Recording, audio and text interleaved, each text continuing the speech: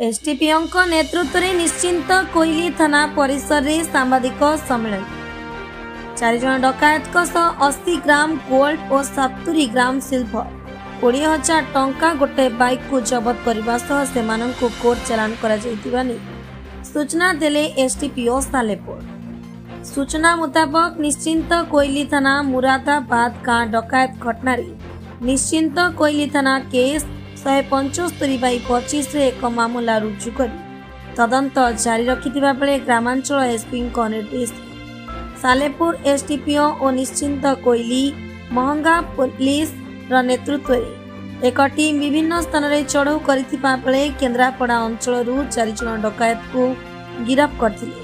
सेमाने हेले बाबुना दास, दुसा दास, गौरांग दास और मारुति दास को केन्द्रापड़ा अंचल गिरफ्त करी 80 ग्राम सुना, 70 ग्राम रूपा, 20,000 टंका और गोटे बाइक जबत करी कोर्ट चालान करिथिबा ने प्रेस मीट रे सूचना दैछंती एसटीपीओ सालेपुर।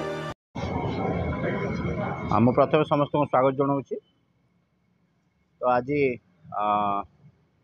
निश्चितकुल थाना गत 30/8/2025 गोटे केस रेजिस्ट्रेशन होता बर्गलारी केसटे जोटा कि मुर्दाबाद थिला। मुर्दाबाद जड़े प्रद्युम्न कुमार महांती बोले जड़े व्यक्ति सी आमको गोटे अभियोग देते जो घर अच्छी मुर्दाबाद रे सेठी से प्राय समय रुहंती वीकेंड रे आसती। तो 23 तारीख दिन से लास्ट रही से भुवनेश्वर रुहंती फेरला 30 तारीख दिन नोटिस कले घरे कबाट भांगी किसी घर मूल्यवान सामग्री जमी सुना, रूपा, अलंकार एमती किसी जिनस चोरी होता। तो ता पूर्वर गोटे दुईटी चोरी निश्चितकुली थाना एरिया होता। सबको मिसेक आम गोटे एसपी सार निर्देश मत गोटे टीम गठन करूँ जो टीम रे आईएससी निश्चित कोइली थे, आईएससी महंगा एवं आमर स्पेशल स्क्वाड टीम ऑपरेट करथिले एवं एक ग्रुप को माने ऑपरेट करचंती एवं एभडी बर्गलारी करचंती से बड़ा मॉडस ऑपरेंडी को सामाने एनालिसिस करथिले। एनालिसिस करी बहुत गुडे क्रिमिनल को आमे सस्पेक्ट हिसाब रे नेइथिलु एवं सेमानकर मूवमेंट मध्य ट्रैक करा हितला। बहुत चेष्टा परे सेमती 3 जन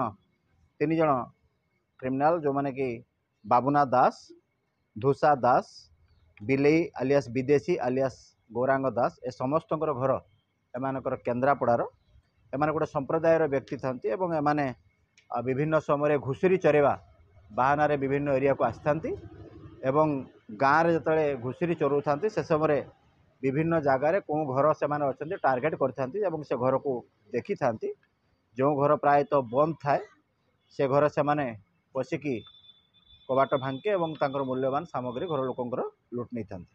लोक ये केसर संपृक्ति अनुसार से आम गिरफ्त करिचु एवं सेमानक पाखरु प्राय 80 ग्राम सुना अलंकार एवं 70 ग्राम रूपा अलंकार एवं 20,000 नगद केस जबत कराई एवं ए केसर तदंत समय आम द्वारा गिरफ्त होइतिबा 3 जन एक्यूज ता मध्यरु जणे जे बिलेई आलियास विदेशी आलियास गौरांग दास ये मध्य पूर्वरु आमे 2000 एई वर्ष मार्च मासरे आमे भद्रेश्वर थाना रे दुईटी केस होता।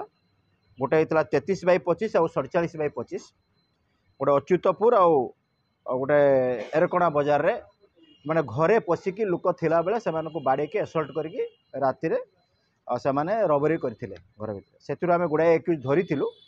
ए जो बिलेई आलियास विदेशी दास ये सेते बेले एब्सकॉन्ड थिला आमे ताको धरि पार नथिलु एवं सौभाग्यवशत ए केस रे मध्ये से धरा पड़ला एवं तार पूर्वरु जो दुईटी केस भद्रेश्वर एवं भद्रेश्वर दुईटी केस अच्छी से केस आम रिमांड करूँ। यह व्यतीत आउ दुईटी केस निश्चित कोइली थाना रे रुजु होता। गोटे होता मार्च मसरे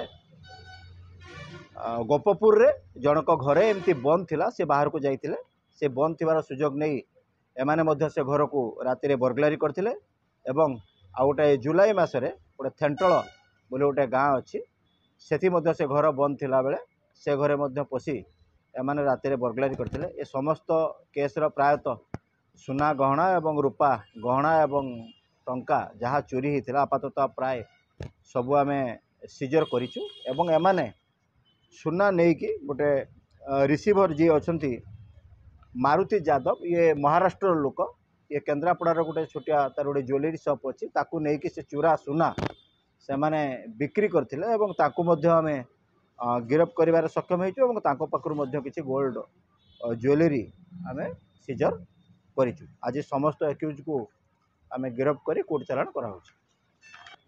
ए गैंग रे प्रायतः ये 3 जण अछंती आमे जहाँ वर्तमान सुधा तदंतर जानी परिछु जे 3 जनकर संपृक्ति ही मिली एवं 3 जण जाक समस्त अरेस्ट होइछन। एमानक प्राय आमे धरिया पई जाजपुर केन्द्रापड़ा जगतसिंहपुर ऑपरेट करथिलु। लास्ट रे आमे प्राय केन्द्रापड़ा रे एमानक पाइबार सक्सेस हेलु एवं आम टीम कंटिन्यूअस एफर्ट रे थिले ताको अरेस्ट करिया पई एवं केन्द्रापड़ा रे समस्त अरेस्ट करे।